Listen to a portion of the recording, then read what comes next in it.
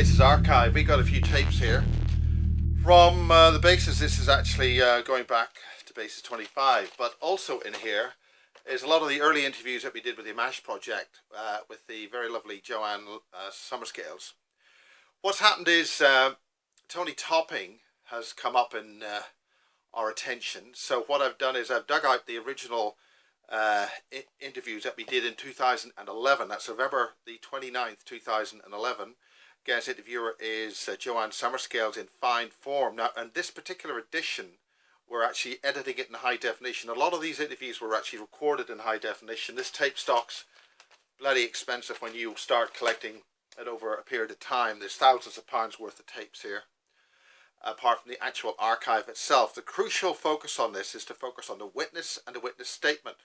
But on this occasion, in between, because we had locked off cameras, there were occasions when I had to move the camera because of one reason or another. And the conversation continued, and Joanne and Tony, I'm getting a block here, they exchanged some very important information. Some of the information that Tony actually explained was about time stamps or time marks. And that's an expression that I would use myself, but also many years later, a guy called the Coincidence Man, and we'll just call him that. This was a barber who actually worked, he was in the Falkland Islands. I call him the Coincidence Man because one fine day when I went up to see him in Nottingham, and he actually came to some of the early conferences that we held in Nottingham, and met Kathy Morgan as well, and there's a lot of connections there, Project Oak Tree, a lot of coincidences. This is why it's the Coincidence Man. I was on a train, an intercity train from London up to see him, and the train was virtually empty. Now, there were an awful lot of coincidences which led up to that on that day, but lo and behold, when I got off the train, my former boss was being escorted at Sky Television. My former boss was being escorted by two individuals, or accompanied by two individuals, and I can tell you that when he saw me and I saw him, well, he was on his way at that time to be fired at Sky. So, or shall we say, having his contract terminated. A lot of things were happening. One of the reasons I was thrown out of Sky Television was because I found an enemy cell of very nasty individuals and some other issues involving scuttlers and these kind of things. This gets into a much wider subject. The important thing here is that this is recorded around about just after a year I'd left Sky. Tony is talking timestamps. The Coincidence Man talks timestamps. These are very important links between certain coincidences, and in fact the Coincidence Man also pointed out a number of timestamps and a number of coincidences when Max Spears was interviewed for the Channel 4 program, or the More 4 program, the Great UFO Conspiracy. During that program there were certain issues in the background which were coincidences, right? These are important things we've got to point out. Now, in this extended interview, I've included Joanne's conversation with Tony, where Joanne, remember, Joanne also, in the Ammach era when we cooperated, Joanne did make a statement that she had certain experiences herself. The lead up to that, some of that she mentions in the conversation between Tony when I was mucking about with the camera. So this is the extended witness statement, the extended high definition edit with Joanne talking with Tony Topping at my house, November 29th, 2011. This is the edit. I've also provided a second ISOCAM edit with just Tony talking without those interbreak conversations. So that's a sort of a clean version. This is in high definition going back over 5 years now, speaking in 2017 in February. We are now going back to November 29th. Tony Topping's first statement and his first actual open statement in the public domain of exceptional and serious issues which he's going through his life, some of which he repeated in subsequent programs on Channel 4 and subsequent edits and interviews he's done in other media. Hello and welcome to Ammach, another of our interviews here in Hounslow with our lovely Miles. Thank you very much, Miles, for hosting this one. We've got Tony Topping with us, and he's come all the way from Yorkshire to be with us, so we're really delighted because he's made it through the rain. So I'm going to introduce you to Tony Topping, and we're going to hear some very extraordinary things. Thank you. Hi, Tony. Hello. Welcome to Ammach. Hello. You remind me of one of those big BBC newscasters or Sky. You know, you've missed your way, you know. You do something like Bolton and Co. or something like that. You know. Unbelievable. Anyway, yes, hello, I'm here. Thank God. There we go. You had a bit of a rough time getting here. Yes, I did. Tony, you've got so much Yeah. that you've gone through and been through, Yeah. and it's very difficult to find somewhere to start. So perhaps we could just do the thing of starting at the beginning. You were born and... Yeah, well, I was born and, yeah. I mean, you know, I was saying earlier on the bus, I was thinking to myself, you know, I'm going to turn up here, I'm going to do this for your organisation. And I've got nothing to say. What do I say? Oh, Lord, and then you sit, yeah, exactly, and then you sit here and you just start, Yeah. you know, don't you? And Yeah. so, I mean, you know, at the age of 2, I had my first paranormal experience, and it was like walking, it was like seeing something walk through a wall.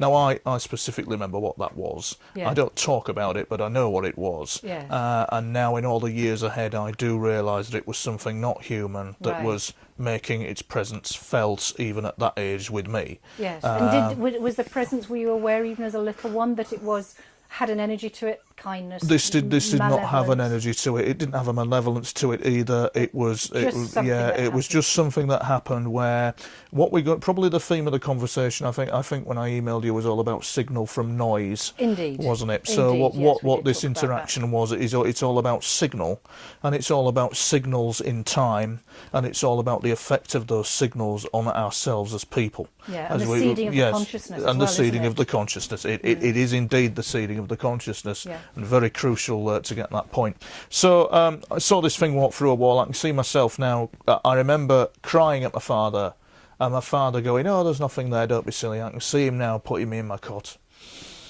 Excuse me. And that must have been really... It's not easy. It's just not easy now. And really frightening. it wasn't such frightening, but I remember, you know, the situation there where I'm trying to tell my dad what I've seen, and my father's putting me in the cot and he's saying that there's nothing there. I can see it now, and I also bit my tongue as well because I had odd teeth. We came from a poor family. We had no money. We even had an outside toilet from 1970 until 1981. Well, hey, you know what? One of my school friends. Oh, exactly. grew But up we with had an we outside toilet, had so, a Victorian. I've phrased that. We had an outside toilet, didn't we all? What I meant to say was we were living in Victorian conditions. We didn't have a bathroom. We didn't have heating in the house. We were struggling. My father was a baker, and we were very poor. And as a result of that, I got severely bullied at school because of all that. I came from a very poor family, and my parents looked poor. Right. And so there would be. I mean, and that you know, has its own difficulties it does and now. traumas as well. It certainly does, and I mean, it it ended does. up with me being severely bullied and all that kind of thing. Yeah. And there were, you know, I've been called everything from a gypsy to the N-word, Yeah. spat at, bullied. It's just been my childhood was horrendous. So at 2 years of age, I saw that stuff walking through a wall. And then I was, you know, I had the strange dreams, the constant strange dreams And that did were they happening. start from a little one? Yes, they started from about 4 years of age, these dreams, and they were all about a set theme.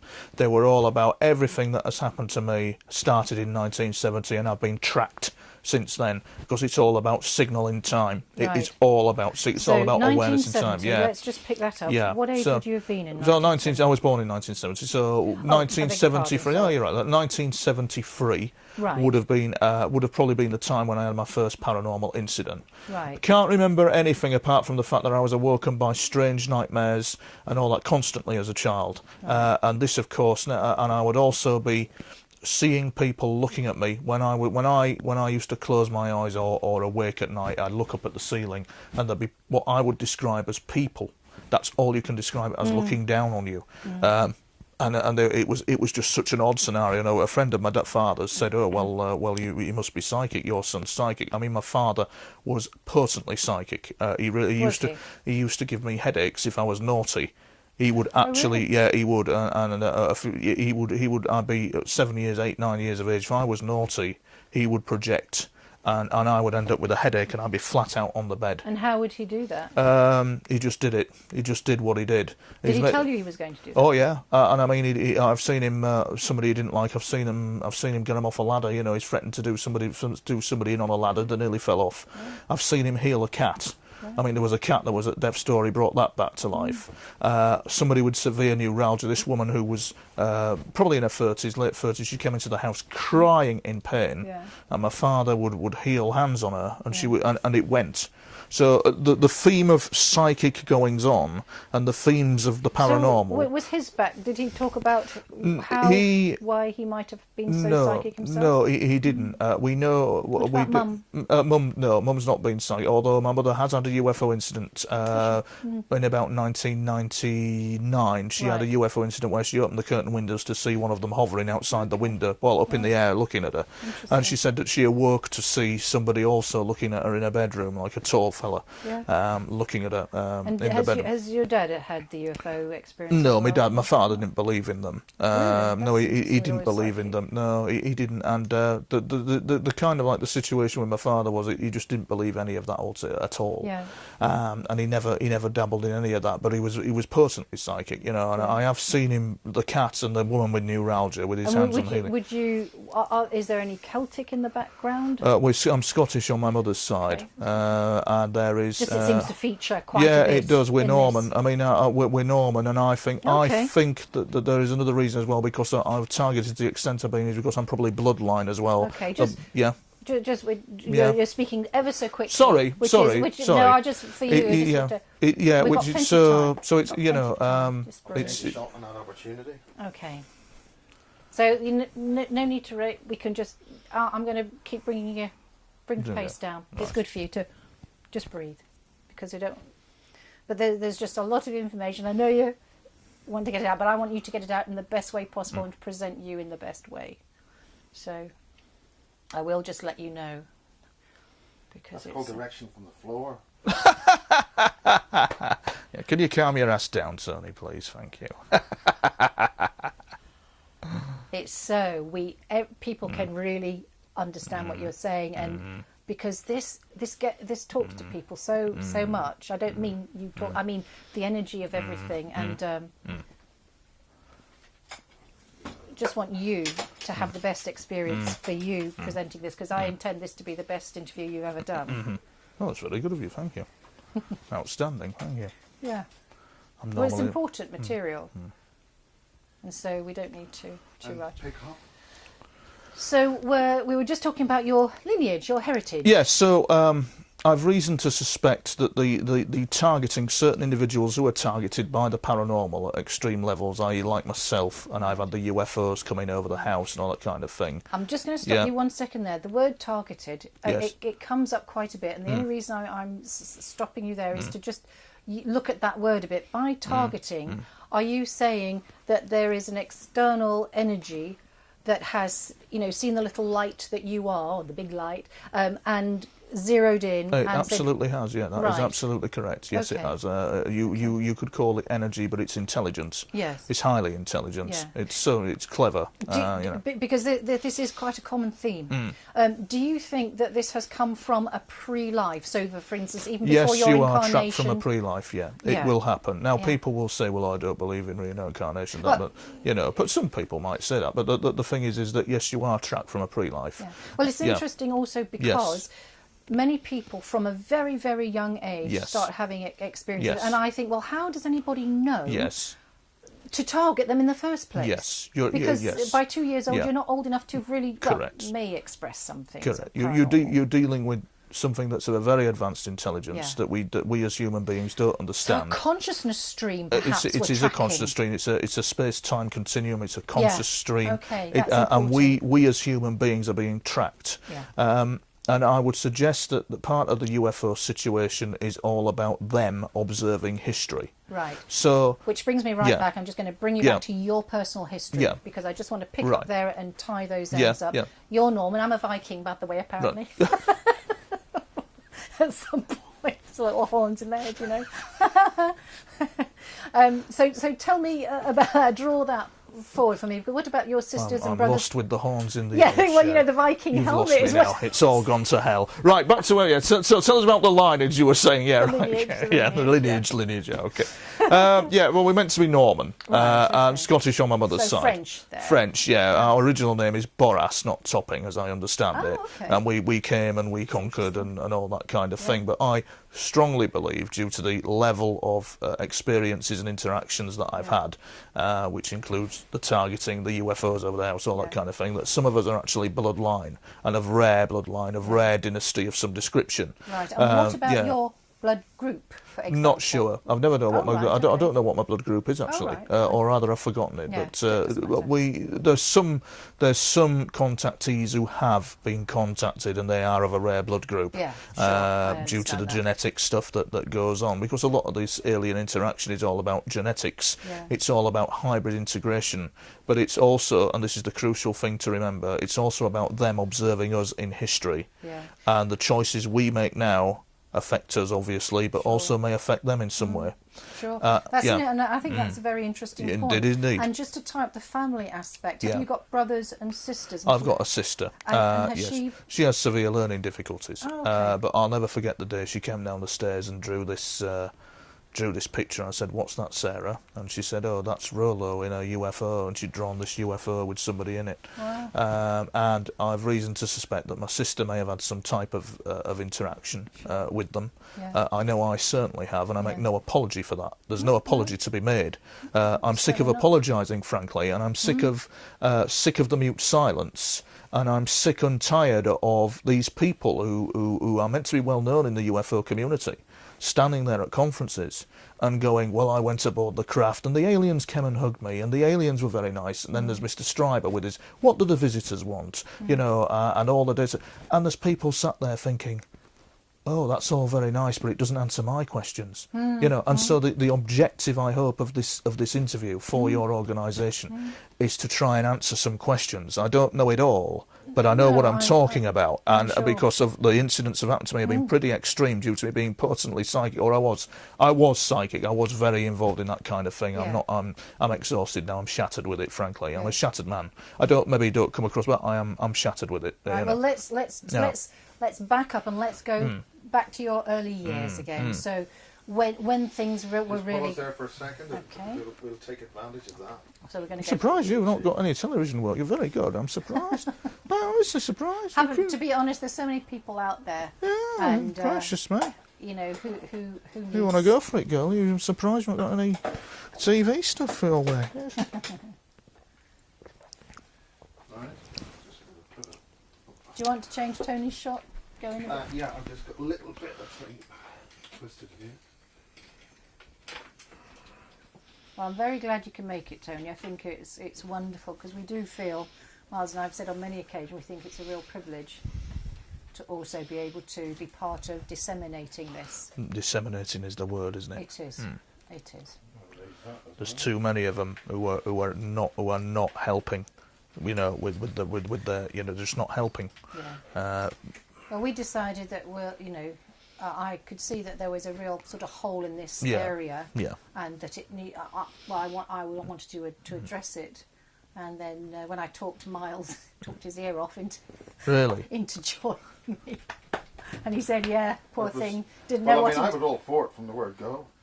Yeah, I mean, Miles has been doing all of this stuff, but I noticed in this specific role of Ammach, so thank goodness for Miles is what I say, because I'd started this about 6 months before, just around the East Midlands. That was my intention. I'd set up some things, but I hadn't done anything on it. I hadn't moved on it, and I thought, what is it? What is it? Something was stopping me moving, and I thought, what is that I need to do?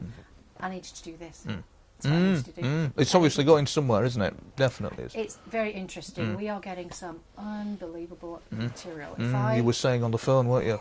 I know. Related to the German, Nazi Germany and all that kind of thing. Yeah, part of a jigsaw. That's another connection. Loads of stuff. Loads of stuff. Right.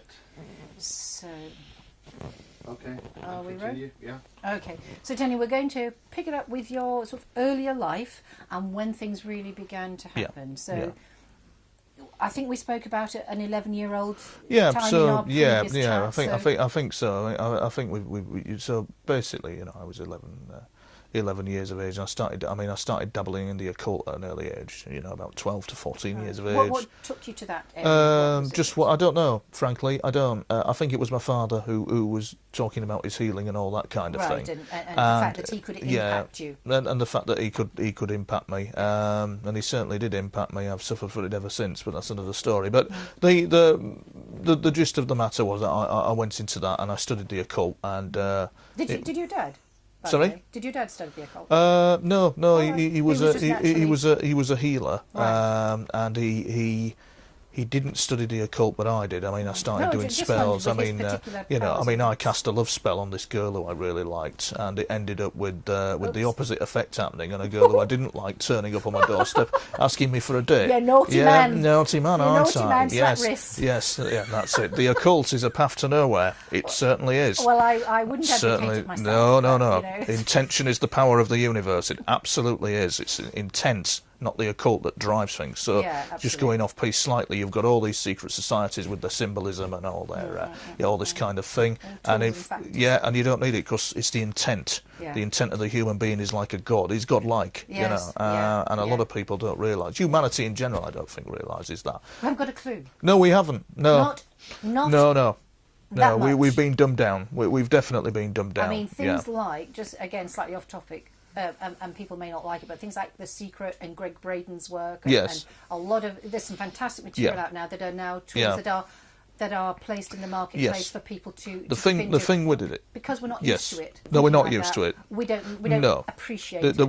what is of concern though is for us as a race of people, as human beings who are being visited by off-world visitors, who are having interaction with intelligences that are advanced, that are not even part of our time frame or are even from our future, which is a very important thing to know, is that we have to realise that we are being A, dumbed down, but B, we have to realise that the forces around us that dumb us down, the ferocity of what they may do to us, cannot be underestimated.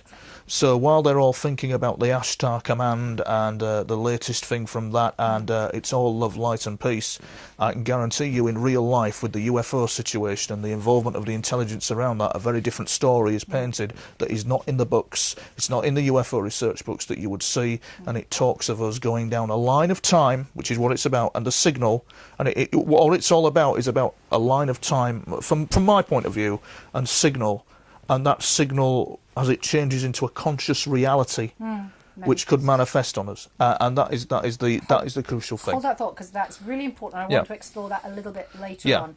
I just want to go back again to your earlier. I keep wandering life. off piste. No, I'm sorry. It's important. It's all important stuff, but I just want us to. I Yeah. want to have this progression. We're going from A to Z, aren't Yeah. we? Well, sort of, Yeah, but- we but are. more or yeah. less Of we course, can of diddle course. about on the- If I go on off the way. piste, just prompt me. Get the hook and just drag me. As they do on the stage on comedies. Like they do in So, yeah. so 11 we were talking about was when you Yes. were beginning to get into the Yes, occult. indeed. You were having Yes, casting indeed. spells And of course, the occult casting spells. But of course, the occult opens doorways into the mind because you're dealing with energy, and we And don't dimensions. understand. Yes, and we do not understand how our mind reacts to these dimensions and all that kind of thing. So I started having nightmares and having awful bad luck, which is what happens. And the mind isn't firewalled correctly to this kind of thing, and it ends up And that's a with very all good kinds of term, problems. Yeah, firewall. it is. The mind does not have a firewall against this kind of thing, and so. It became a bit of a nightmare for me, and at 16 I left school. I had a very, very difficult teenage time. When I was a teenager, very, very difficult growing up, and stage school was where I was set on. Now, you know, I'm in a job. I left school and I got a job. My school life was atrocious. I was severely bullied. Right. Not- So we're still in yeah, we're Yorkshire. still in Yorkshire. We're still at the high school, and we're still at the primary school. And you know, it meant there was a teacher at the Selby Abbey Primary School that made my life a living hell. Right. And then there was, so it's been this horrendous pattern. In those years of abuse, constant abuse, it never stops, it never lets up. Where I've been bullied, I've been, my school life was horrendous, and I set my heart. 16 years of age, I managed to get a job, and I worked there. Worked in this job at the local authority for a number of years, for about 12 years or something. I think there was. Yeah, it would have been. But quite a number of years I worked there, and I ended up going into severe depression. I set my heart on stage school, and I got into stage school. So you went into depression because I wasn't being fulfilled, and I set my heart on acting, and so I went to the Academy of Live and Recorded Arts, which is churning out some good talent today, which is absolutely fabulous. They churn out some of the best people you'll see in the TV and radio today. Will probably come from ALRA, you know, but some of us went to the Welsh Academy, didn't they? Yes, but yeah, yeah, but you know, so it's nice to see, and the thing is but I remember before going to ALRA to audition that I had my first real UFO incident, which was, so what year are we in 91. Now? So 91, and I'm just coming back from a rehearsal, and I've took my heart and soul. At the moment, no UFO stuff's happening. Right. Nothing really kind of freaky is happening. My God, it will, but it's not at the moment. Yeah. And so from 11 years old till 21, you've sort of been into the cult, finished with it. That's it, and nothing really much is going, but there's always this sense of being watched by something that you don't understand. And as a child, I'd stand there just looking at thin air thinking, what's that there? There's something in the air. There's something beyond that. Something beyond the veil of the nothingness that we're seeing, you know. Yeah, and you could just sense. And I could just sense that. And I mean, at the age of 10, I was awoken in my bed at the age of 10 with the sound of demonic laughter and all that kind of thing. Horrendous goings on. So did you have again in childhood a lot of paranormal activity around Absolutely, you? yeah. There was a lot of that going on, and I could not comprehend it. What about your dad? Was he able to handle it? No. My father wasn't. My father was a very difficult man to get on with and deal with, and I don't know. I've some deep regrets about that, but you can't. No, I just wondered about you can't. Paranormal. Yeah, exactly. Stuff. And so, and the paranormal stuff. And so, in '91, when I'd come back from rehearsal, I'm walking into the house, and I looks up in the air, and there's this bloody thing over the roof, like something out of Close Encounters, all flashing lights. You know, have you seen Close Encounters? Yes. Have you seen the mini UFOs that come over the railway gates? There's a railway gate, famous scene in Close Encounters where there's police cars chasing them, something like that. Right. All flashing lights, they're gone. And I thought to, and it was just like that, a split second. Oh really? Yeah, and I thought to myself, what the hell is that? And was it of some size, or do you remember? It was of probably the size of a little smaller than a Boeing, probably the size. It was, but it was there, and then it was gone. And little did I know in the years ahead, my God. But anyway, at this point, that is what was happening. So did that surprise you? Well, it's so much surprise, it kept me wondering, and I'm thinking, did I see it, didn't I? Did I see it, didn't I? And my mind was trying to comprehend what I saw. And little would I know that years and years down the line that I'd end up having military helicopters film me, the bloody things chasing me, people following me, but that's yet to come. So we're at 91 at the moment, and I went to stage school. I was lucky enough to get into stage school. It was a big thing for me. As we discussed earlier, and I found that heavy going stage school. I was like a violin player. I could play my violin, I could act, I could sing, I could dance, I could really play it. And then I go to stage school and the strings break. And I never pick up the violin since. And I've always wanted to get back into acting, especially acting for TV. And it's something that I'm gonna look at. I think I need to work on those issues. And so it ended up with me going to stage school and then leaving stage school, and nothing much happened in stage school years. Nothing. About a year. It was a year. Yeah, 1 year, and nothing much happened. And I lived in London for 6 years in total, and nothing much happened. Really until about 1994, when things started really to go odd. And I remember I was working in an office, and they'd moved to Cheltenham, and so I moved to a place in Orpington in Kent. Okay. And it ended up with some very strange goings on, where we'd have these strange balls of light at tremendous speed coming over the house, really high in the sky. This is where you were living? This is where I was living. I was living on friends' floors. I didn't have a roof over my head at the time. And these things were coming in at speed. Really were, and I'm thinking, what the hell's all that about? And there was this feeling of, and I mean, they were following me everywhere, these bloody things, and they were capable of just stopping to a dead stop and then zipping off again, which is common, which is what they do, and there was odd things going on with the dog. Was there anything that started these, precipitated? Not that I'm aware of. Right. Oh, but there was. You see, what they're observing is history. Right. So what I have not done and what I'm going to do, they've already seen. Right. It's a tricky conundrum, but that is my kind of what's the word I'm looking for? That is my take on it. That observing history through time. It's not about me being the alien ambassador, or me being the chosen one, or me being taken aboard a craft and shown what it's all about by them. They're observing history. They're observing our history. They're observers of history, some of them. And some of them are geneticists. Some of them are so these balls, hybrid integrators. Do you think they were probes? Do you think These we'll come on to that, because we'd be jumping way ahead. Okay. Those balls of light, I discovered what they were about. It took me years, and I discovered it. What I believe I discovered to be the correct definition of what they were, which we'll come to. We can certainly come to that. So how long did this go on for? So this went on. This went on for a number of weeks, and what was the frequency of it? Once a week, something like that. I mean, and then the first real UFO thing happened when I was walking down Ladbroke Grove in Paddington, and down a place called Parade Street, and I looked at I looked up in the sky, and I saw this kind of thing that was not an aircraft. Aircraft have strobe sequence. This was like a car headlight in the sky that just suddenly opened up like that, closed off, and I thought it was going to crash into a block of flats, and I was holding my breath thinking, oh my days, that's going to go into a block of flats, and it didn't do anything. It just vanished.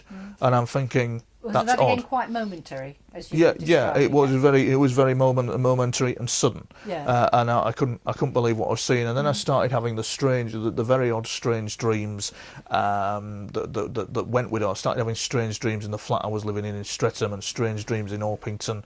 It was all to do with interaction with the UFOs that was going on. At that time then that you were having these dreams, had anything else happened or manifested around you, or anybody new in your life that could cause anything? It was just their sudden it was just their sudden appearance. That's correct.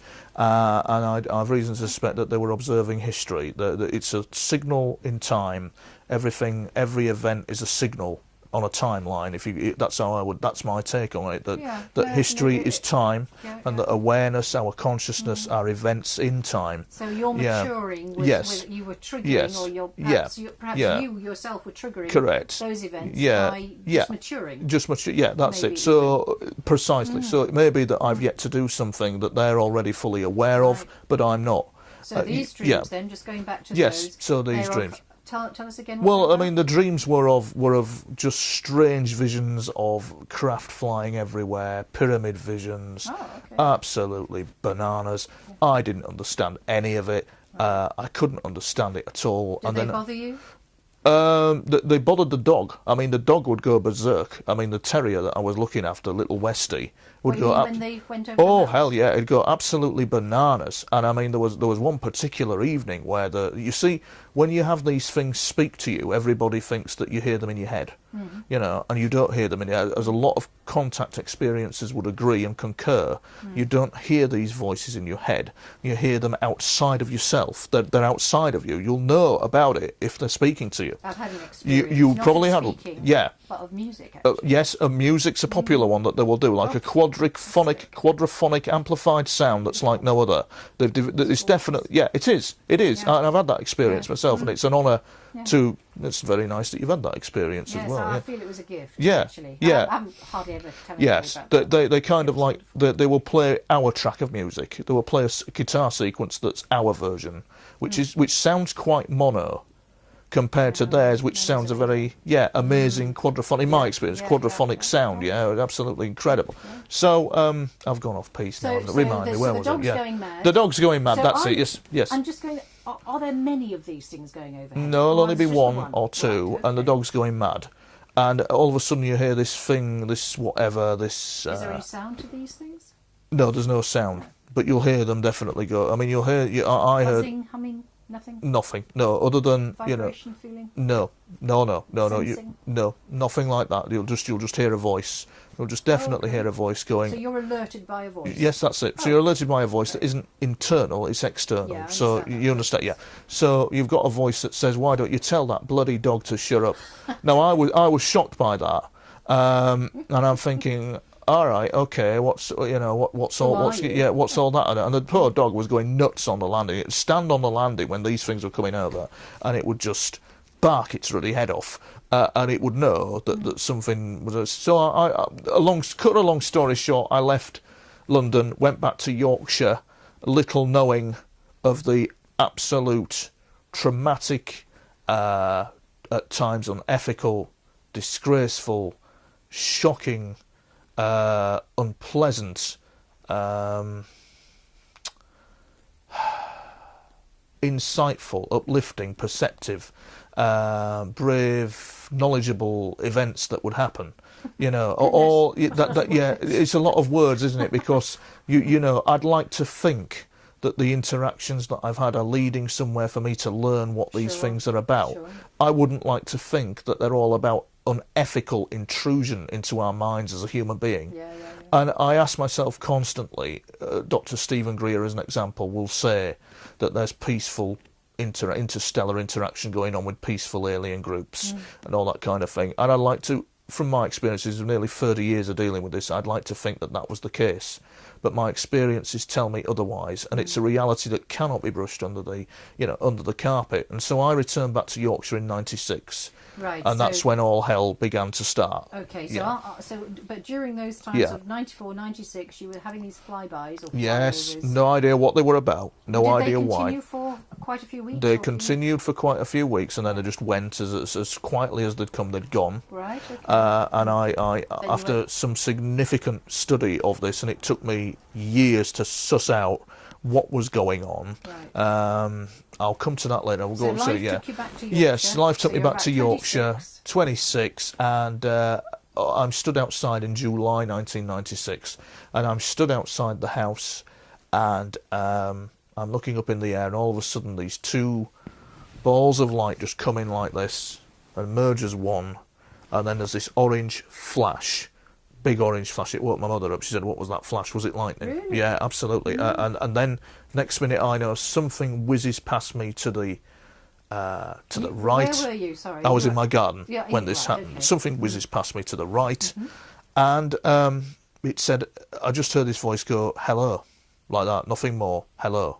Yeah. Is this voice English? Oh, they speak fluent Sound- English. I mean, does it have an accent? to No, it? no accent. No, but they've studied English. Anybody that they launched these Voyager probes into the sky and So want it's a to. bit of an RP accent, is it? Yeah. Oh, yeah. It's lovely. Yeah. Pronunciation. Yes, it's a bit of RP. Yeah, it's lovely. It is. Yeah. They've studied our languages. They're not. The Queen's English. They have indeed. They've studied quite. They've studied RP. Yes, they have. Yes, lovely. They have, darling. They've studied RP. Yes, and the vowel Very sounds funny. as well. Yeah, Yes, yeah. yeah. A, E, I, O, U, So and all is it that. this English voice? It was English. Yeah, it was No, English. it's But just interesting because people hear different tones and what different can things, happen with accents. them though is that which is quite an uplifting experience is that because I talk a bit about the negative stuff and really we should be talking a bit about the uplifting stuff as well. Sure. Because what will happen is I only a few months Well, back. as you say, intention is everything. Intention is everything. Yeah, a few years ago, I mean, I had an experience where they came in over the house. And I knew what they were, I knew who they were, and I knew that they were here. And all of a sudden, you look up in the sky and just get this flash, and then the kind of like the presence of them. The sky goes still, the air goes still. There's cars going past, people going by, but as far as you're concerned, it's all stillness. And you get them whizzing round, and they're using a technology that we have no idea really how to conceptualize. We don't, and we won't have in future history as well have really any idea about the technology. I think mankind will be struggling to understand their technology even in the years ahead. I think. So yeah. let's just pick up that story where you had the balls. Yeah, of light so the coming balls of together, light, became yes. one big ball. Yes, Woke your mum that's it. Woke me mum up, and the thing flew past and said hello. Did you just pick it up? Question. You want a glass of water or anything? Yeah, a little slow. Are you all right? If you want a slurp, you'll have to have a drink out of my room. Well, we have the audience in there, but they can't see through the wall. Oh, but can they? Ladies and gentlemen. I'll tell you about my experience. Well, we're not. Are we running still? We're continuously running for synchronization purposes. Okie dokie. Well, my experience was that I was living in London, doing 2 jobs to make ends meet, absolutely exhausted. And I used to listen to this piece of music called Meditation by Thais. Oh, you're pulling my doodah. Oh, Oh heck!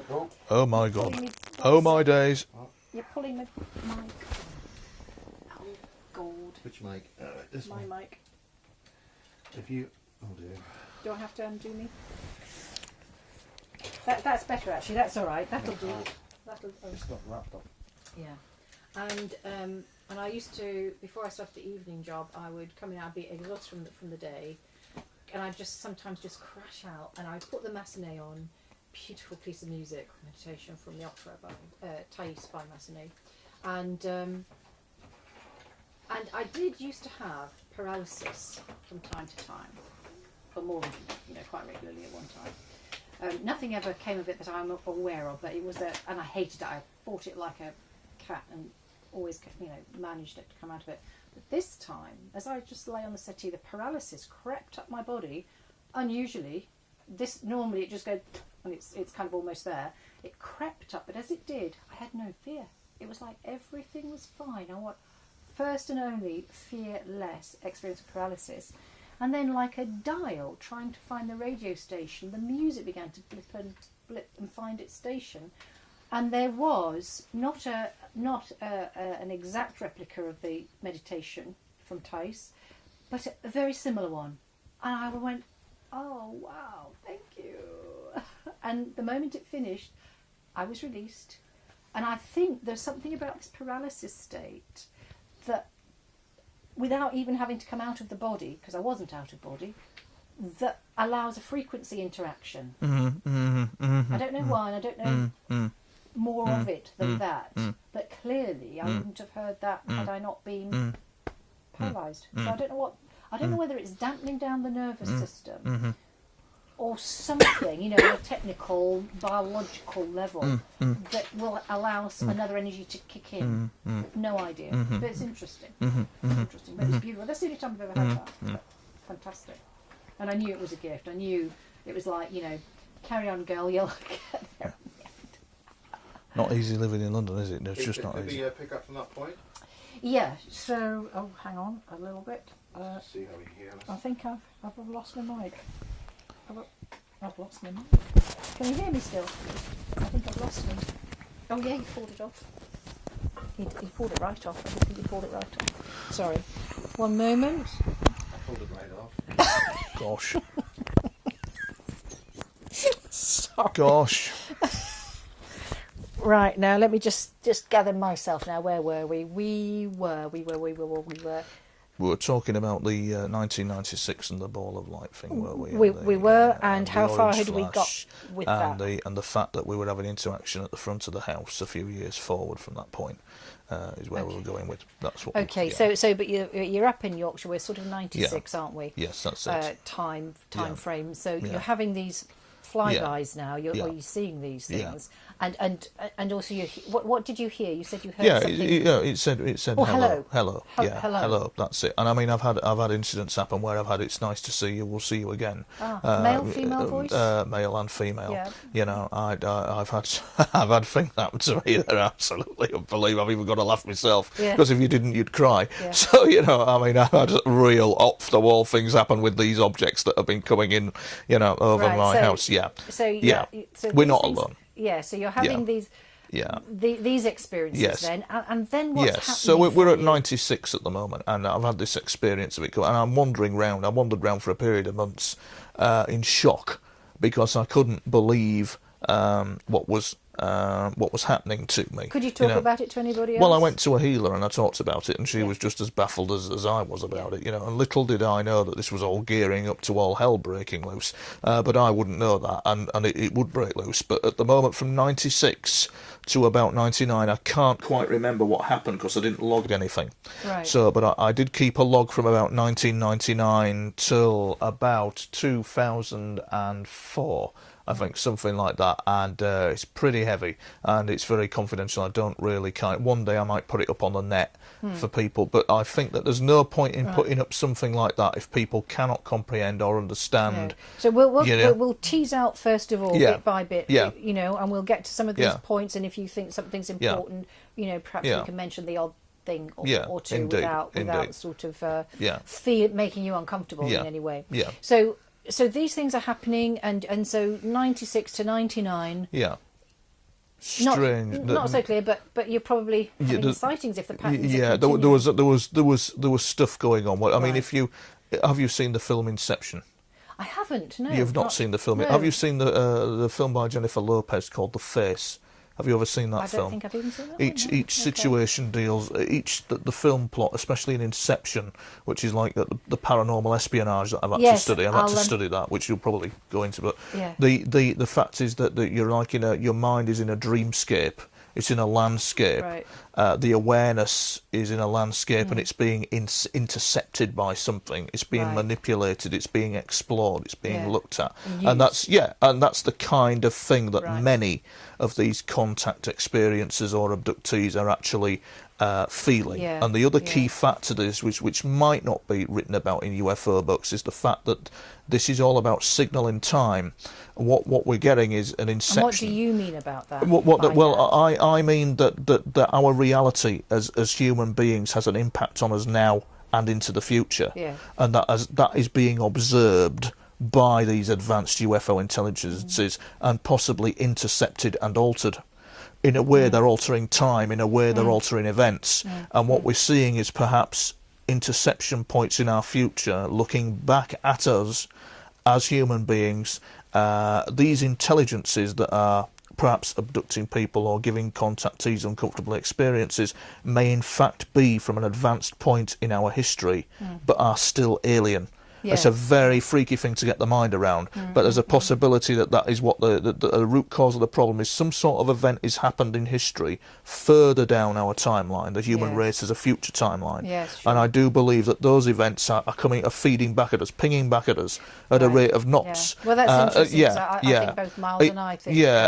And there was a famous doctor called Dr. Carla Turner who died mysteriously, who also indicated that there's perhaps a biological adjustment going on within the human species to accept and deal with this reality as a matter of a development of our species, like we would learn to walk, run. You know, do you know what I'm saying? It's kind of like a biological awareness, a development within us that is happening. It's interesting, isn't it? Because also if you think of people like Lloyd Pye's work, who does the Star Child project, it's absolutely fantastic. His work on the human development says we are the only species with 4,000 and maybe more not abnormalities, potential conditions, problems, aspects of our biology that shouldn't be. It shouldn't be like that. Most species would have maybe 100 or 200 potentialities, but we've got 4,000, which speaks of engineering. Definitely so. This is definitely correct, and the engineering is continuing. And our kind of the alarm bells are ringing. And the alarm bells aren't ringing now in our time in November 2011. They're ringing, the alarm bells are ringing back at us in probably, 21, 24, 22, 30. They're all the way down the line.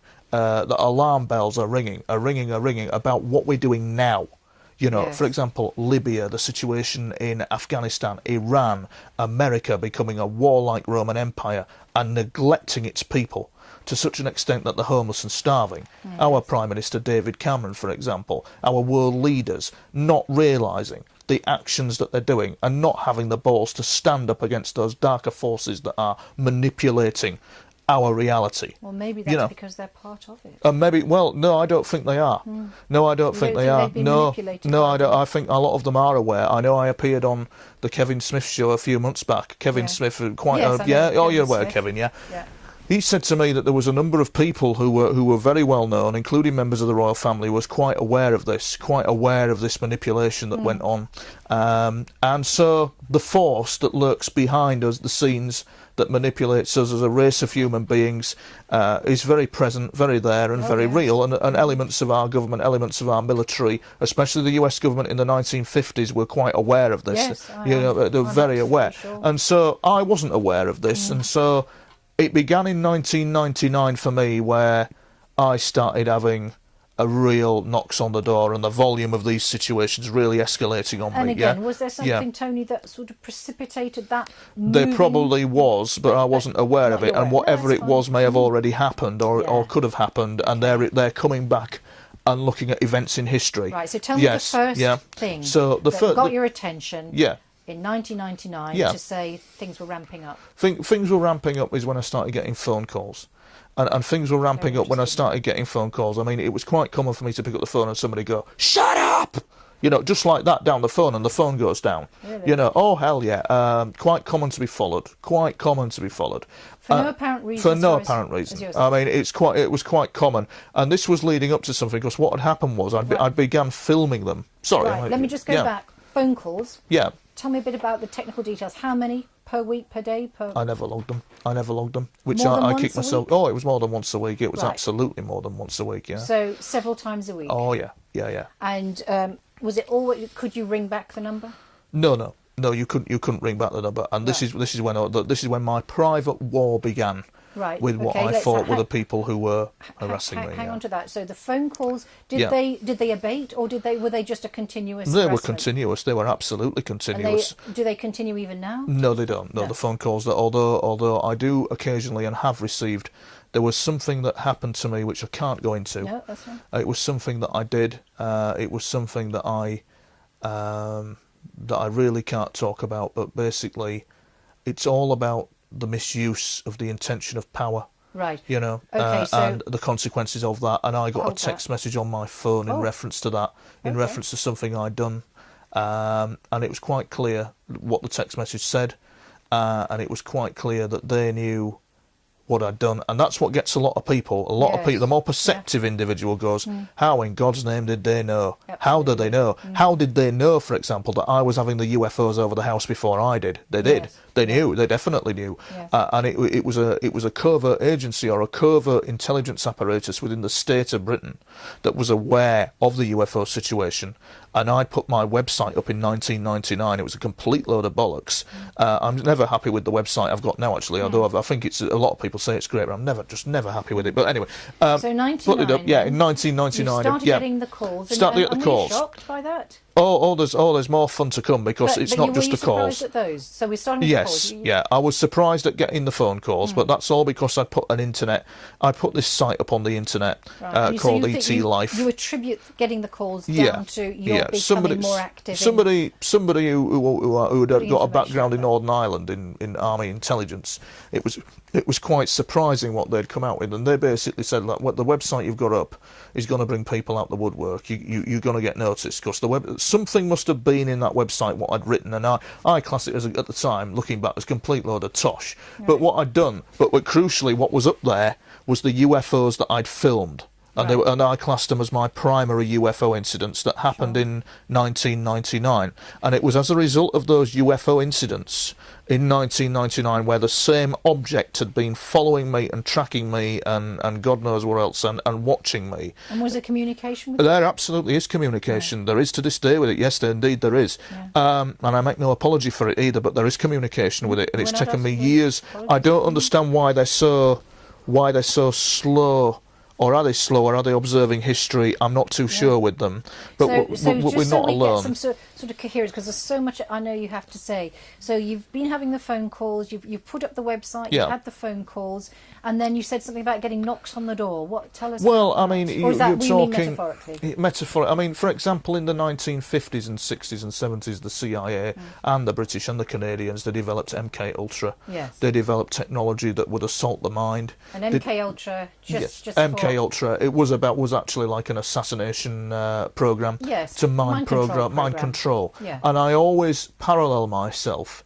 And that people will go, oh my God, he's a fantasist. Oh my God, listen to him now. I always parallel myself with Jason Bourne, the character, and the reason why is because the Bourne trilogies, and the reason why is because he's a man who is up against questions. He's up against a situation he doesn't understand, but it's the mindset against him that is venomous. It's absolutely. I mean, there's the third Bourne film where the poor journalist gets hit in Waterloo Station, and they have no scruples at all. Those people who were targeting Bourne, no scruples whatsoever. So and you that's see what yourself was. As that And this is what was going. This is what was happening. They developed Treadstone in the film. They developed Treadstone in the film. It came in, and then Treadstone is actually something called Blackbriar. Yeah, it's covert operations of mind control. And this is what I was getting hit with It began in 1999, and it didn't bloody stop. And that's what. And if you can imagine the, I don't know if you can imagine being awoken at 3 in the morning by artificially delivered technology, but it's not a good thing. No, you cannot comprehend it. And when you say artificially delivered technology, it's we're talking some kind microwave, radio waves, some type of deliverable radio technology that interfered with me in such a way that you'd hear sound effects, gunfire, screaming, especially at 3 in the morning when they'd hit pretty hard, and you'd think so you'd be getting a series of different sounds. Oh yeah, you'll be getting a series of different sounds. Would you be getting a narrative? You'll be getting a narrative. You'll be told not to do this, not to do that, not to do the other. Can you tell us not to do what they were telling you not to do? No, I'd rather not. Right. No, I will keep it. We'll just keep it where we are at the moment. I don't want to just lower the energy. But so what they'd do is they'd be intercepting. They'd be causing an Inception style kind of event in your mind that would be telling you to, for example, go and throw yourself off the bridge. Do us a favour. Do this to yourself. Do that to yourself. Go here. Go there. It's time you were moving out the house. Self-harm programming. Yeah, self-harm programming, all that kind of thing. All deliverable on this kind of artificial technology. And were you hearing this again? Absolutely, yeah. Right, you were hearing it in the external, and then you'd couple with that would be the following. The actual physical overt, not covert, overt. What was odd about these people was they were overt in everything they did. Stalking. Yeah, they were absolutely overt. They weren't. I mean, you if you hear anybody who's experienced, you're not the first to tell us about. They're up front. Yeah. Oh yeah, absolutely. And they were coming after me at a rate, and it was all because I had these UFOs coming in, or it's actually a UFO, not UFOs, but a particular one that had come in over my house. I narrowed it down, and I realised that all the other associated bullshit that went with it on my YouTube site, I've got balls of light everywhere, I'm sick of filming them, but it can be boiled down to the single event that happened to me in 1999 where the UFO illuminated the television antenna, which you've obviously, I think I've sent it to you, and people can have a look at that. And it went for image analysis, and they put it, the guy who was a former special effects director, he put it under analysis, and he definitely said it was a UFO. It could do manoeuvres that an aircraft couldn't. It illuminated a TV antenna. We're not alone. It is what it is, extraterrestrially intelligent. It's not of this world, and it came in and it came out again. And that's when the harassment really started, and I had helicopters filming me. I mean, I had an incident with a helicopter that it's absolutely unreal. I'm walking home, and all of a sudden, this is at the height of my harassment when I'm getting the phone calls in 1999. I'm getting all the jip that goes with it. This bloody helicopter appears, and it was a Special Forces helicopter, an AS555. We consulted I consulted Jane's Defence Weekly about that, and it's an AS555 helicopter. Do we have them in the UK? No, the RAF don't use them. It's not in the RAF. The Brazilian, Canada, a few other countries in the US use them, and it was a sliding door variant, which is very unusual, with a winch and a telescope. It was a souped-up helicopter. So it sounds like maybe there's obviously a collaboration between the Brits and the Americans. Yeah, there is intelligence gathered on them, and little would I know. I thought that it was the targeting that happened was by human beings, but it was also by something far more sinister, as I discovered. And it's just all a very odd jigsaw do you think of happenings and events. Yes. Do you think that you were targeted to impede your research, to put you off, to dumb me down, to dumb you down, to A, dumb me down, and to B, to prevent certain people's inherent ability of intent. If as a human being you can master intent in terms of the esoteric, you have real power. You have very real power. Some of the guys on the remote viewing programs that the US did in 1970, like Joseph McMonigal, Lynn Buchanan. Now, Lynn Buchanan was a guy in question because he says in an autobiography that he brought down nearly the whole of NATO's computer systems because he'd got so angry about something, the power of intention, telekinetics, all that kind of thing, and it really pushed things to the limit with him. And he's always said that intention of human beings to alter consciousness, manipulate events, is present, which is why. And do you think that maybe you were getting near the mark? Yes, absolutely, I was realising. I was, your own personal. I absolutely was. I mean, So so we can say that they're targeting people who are cusping, let's say, the realisation of Yeah. their own personal power, Yes. and being able to work Yes, with it. I've reason to believe that some of us are being That's- biologically adjusted. Right. And Do you feel you have? Yeah, absolutely. There's some kind of adjustment going on where part of our reality is to accept these events that are going on around us as part of our species development. I do believe we're evolving into something else. I strongly do believe, however, that we are being observed. We are being observed as historic events. That events are happening, Yes. and they are observers. I do strongly believe that. And the connection that you say, I think I'm right in saying that you have a connection with the particular UFO that Yeah. has been in your life Yeah. for so long now. Yeah.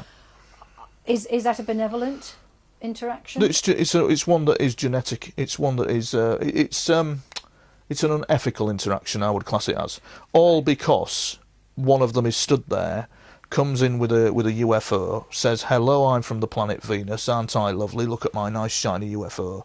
As the ancient teaching said in something called the Toltec tradition, which I studied, not the teachings of Castaneda. This is a different guy called Tyon Maris. Tyon Maris is called, and he wrote quite a few books. Look him up on the Cry of the Eagle. And a few others. Super. And he talks about UFOs in terms of the Toltec tradition, where he was saying that obviously all because they turn up, they look good and fluffy and lovely, and they say, "Hey, we're from the planet Mars" or whatever, does not mean to say that they understand human rights or are kind of like sympathetic to human rights or will be ethical. There's no reason to say any of that is going to go on with them. So you know. Can we go back to your sort of beginning of understanding of your interaction with this particular UFO?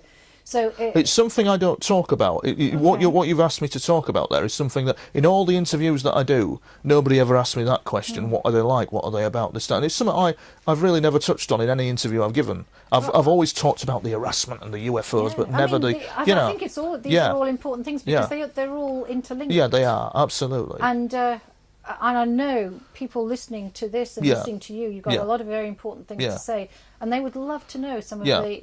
They are mainly they're highly evolved. They're very intelligent. I don't understand them. They're beyond my comprehension.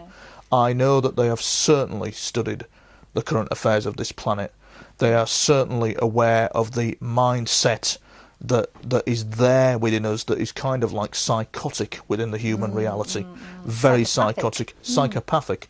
If you at the moment we have people who are indicating that UFOs are going to deliver us to a new age, a new beginning. We're all going to be saved. And yet you have the mindset of North Korea and China, a psychotic mindset, buried deep there, sat there, and just sat there developing. China, for example, as a power, is developing. Now these UFOs with these intelligent people in them, and I class them as people, not aliens, but people, are quite aware of these situations. They're very aware. They're not. They're never. Do you know where they're from? Which I mean, well, for Sirius B, for example, is one where they've indicated that they've come from, another has indicated that they're from Andromeda.